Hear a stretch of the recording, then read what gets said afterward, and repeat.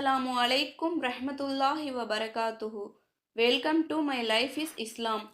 இன்ஷா அல்லாஹ் அல்லாஹுவின் தூதர் நபிகள் நாயகம் ஸல்லல்லாஹு அலைஹி வஸல்லம் அவர்கள் எளிமையான மற்றும் அடக்கமான வாழ்க்கை முறைக்கு அவர் பெயர் பெற்றவர். ஆடம்பரமான வாழ்க்கை அல்லது ஆடம்பரமான உணவுகளில் ஈடுபடுவது நபிகள் நாயகம் ஸல்லல்லாஹு அலைஹி வஸல்லம் அவர்கள் செய்த காரியம் அல்ல. மாறாக எளிமையான மற்றும் ஆரோக்கியமான உணவுகளை உண்ண விரும்பினார். இருந்தாலும் நபிகள் நாயகம் ஸல்லல்லாஹு அலைஹி வஸல்லம் அவர்கள் ரசித்த மற்றும் அவருக்கு விருப்பமானதாக கூறப்படும் பல உணவுகள் இருந்தது. அதாவது ஒரு உண்மையான முஸ்லிம் அல்லாஹ்வின் தூதர் நபிகள் நாயகம் ஸல்லல்லாஹு அலைஹி வஸல்லம் அவர்கள் எதை வெறுத்தார்களோ அதை வெறுப்பார். நபிகள் நாயகம் ஸல்லல்லாஹு அலைஹி வஸல்லம் அவர்கள் எதை விரும்பினார்களோ அதையும் அவர் விரும்புவார். எனவே அல்லாஹ்வின் தூதர் நபிகள் நாயகம் ஸல்லல்லாஹு அலைஹி வஸல்லம் அவர்களுக்கு பிடித்த நமக்கு சுன்னத்தான உணவுகளையும் அவற்றின் பயன்களையும் நாம் பார்ப்போம். 1. இறைச்சி. அல்லாஹ்வின் தூதர் நபிகள் நாயகம் ஸல்லல்லாஹு அலைஹி வஸல்லம் அவர்கள் கூறினார்கள், இறைச்சிதான் உணவுகளின் அரசன். அதில் புரதச்சத்தும் இரும்புச்சத்தும் ஜிங்க் செலேனியம் போன்ற கனிம பொருட்களும் அடங்கியுள்ளது. இது நம்முடைய எலும்புகளுக்கும் பற்களுக்கும் உறுதியை அளிப்பதோடு நம் உடலில் நோய் எதிர்ப்பு சக்தியையும் அதிகரிக்கின்றது. இன்னும் இதற்கு அதிக பலன்கள் உள்ளது. அடுத்து பார்லி. பார்லியை வார்கோதுமை என்றும் கூறுவார்கள். அல்லாஹ்வின் தூதர் நபிகள் நாயகம் ஸல்லல்லாஹு அலைஹி வஸல்லம் அவர்கள் கூறினார்கள், பார்லியை சூப்பாக பயன்படுத்தினால் காய்ச்சலுக்கு நல்லது என்றார்கள். காய்ச்சலின் வேதனையினால் அவதிப்படுவோருக்கு இந்த பார்லி கஞ்சியை கொடுக்கலாம். அடுத்து பேரிச்சம்பழம். அல்லாஹ்வின் தூதர் நபிகள் நாயகம் ஸல்லல்லாஹு அலைஹி வஸல்லம் அவர்கள் கூறினார்கள், பேரிச்சப்பழம் இல்லாத வீடு உணவே இல்லாத வீடாகும். இதை பிள்ளை பேறு உள்ள காலங்களில் உண்ணலாம்.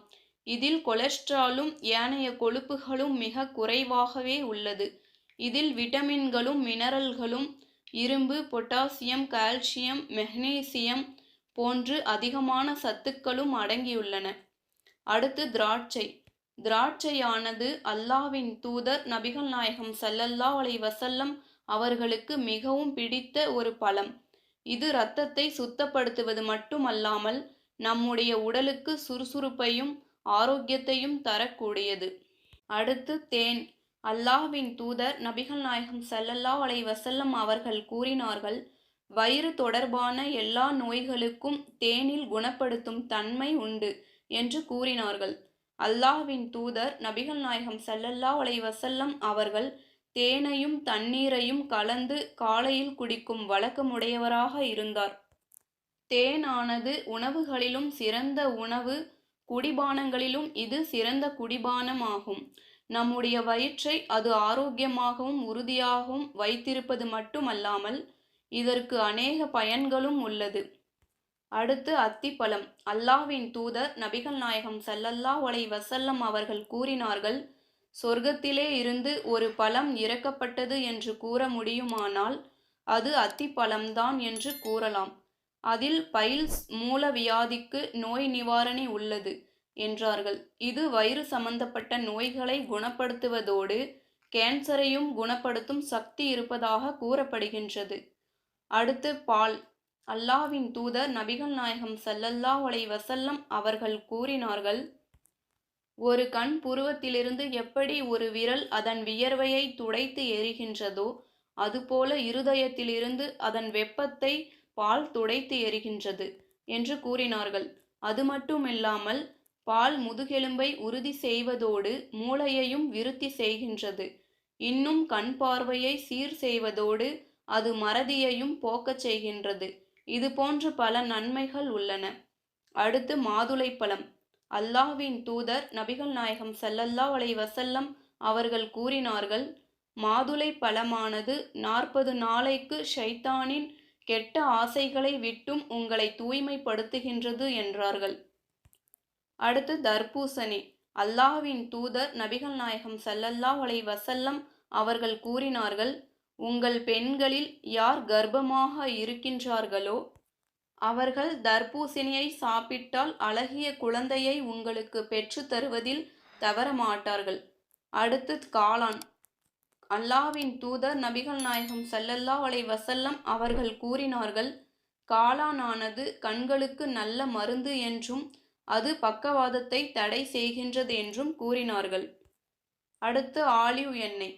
அல்லாஹ்வின் தூதர் நபிகள் நாயகம் ஸல்லல்லாஹு அலைஹி வஸல்லம் அவர்கள் கூறினார்கள், ஆலிவ் எண்ணெயானது அல் குர்ஆனிலும் பெயர் குறிப்பிடப்பட்டுள்ளது. நபிமார்களின் உணவு என்று ஆலிவ் அழைக்கப்படுவதோடு அது உங்கள் சருமத்திற்கும் தலைமுடிக்கும் மருந்தாக உள்ளது.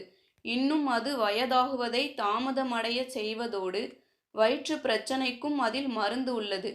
இன்னும் பச்சை ஆலிவானது விஷத்தை முறிக்கும் தன்மை கொண்டது. இது போன்ற இன்னும் அதிகமான நன்மைகள் அதில் உள்ளது. அடுத்து வினிகர். அல்லாஹ்வின் தூதர் நபிகள் நாயகம் ஸல்லல்லாஹு அலைஹி வஸல்லம் அவர்கள் கூறினார்கள், ஆலிவ் எண்ணெயுடன் வினிகரையும் சேர்த்து உண்ணும் வழக்கமுடையவர்கள். அடுத்து பூசணி. அல்லாஹ்வின் தூதர் நபிகள் நாயகம் ஸல்லல்லாஹு அலைஹி வஸல்லம் அவர்கள் பூசணியை விரும்பக்கூடியவர்களாக இருந்தார்கள். பூசணியானது மூட்டுவாதம், கீழ்வாதம் மற்றும் ஒரு வகையான கேன்சரை கூட அது நோய் நிவாரணி அளிப்பதாக கூறப்படுகின்றது. இன்னும் கிட்னியில் கற்கள் உருவாவதை தடை செய்வதோடு மனச்சோர்வையும் இல்லாமல் ஆக்குகின்றது. இறுதியாக தண்ணீர். அல்லாஹ்வின் தூதர் நபிகள் நாயகம் ஸல்லல்லாஹு அலைஹி வஸல்லம் அவர்கள் கூறினார்கள், காய்ச்சலானது நரகத்தின் ஆவியை போன்றதாகும். எனவே அதை தண்ணீரை வைத்து குளிராக்குங்கள் என்று கூறினார்கள். மேலும் அல்லாஹ்வின் தூதர் நபிகள் நாயகம் ஸல்லல்லாஹு அலைஹி வஸல்லம் அவர்கள் கூறினார்கள், இந்த உலகத்திலேயே மிகச் சிறந்த பானம் தண்ணீர் ஆகும் என்றார்கள். எனவே நீங்கள் தாகத்திலே இருக்கும் பொழுது தண்ணீரை சிறிது சிறிதாக குடியுங்கள் என்று கூறினார்கள். ஆகவே இன்ஷா அல்லாஹ், அல்லாஹ்வின் நல்லடியார்களே, அல்லாஹுக்கும் அவனுடைய தூதருக்கும் விருப்பமானதை செய்து உடல் ஆரோக்கியத்தையும் அல்லாஹ்வின் கருணையையும் அவனுடைய அருளையும் நாம் பெற்று கொள்வோமாக. ஆமீன் ஆமீன் யா ரப்பல் ஆலமீன். இந்த வீடியோ உங்களுக்கு பிடிச்சிருந்தா லைக் பண்ணுங்க, உங்கள் ஃப்ரெண்ட்ஸ் அண்ட் ஃபேமிலிக்கு ஷேர் பண்ணுங்க, கமெண்ட் பண்ணுங்க. மறக்காம இந்த சேனலை சப்ஸ்கிரைப் பண்ணி பெல் ஐகானை கிளிக் பண்ணுங்க.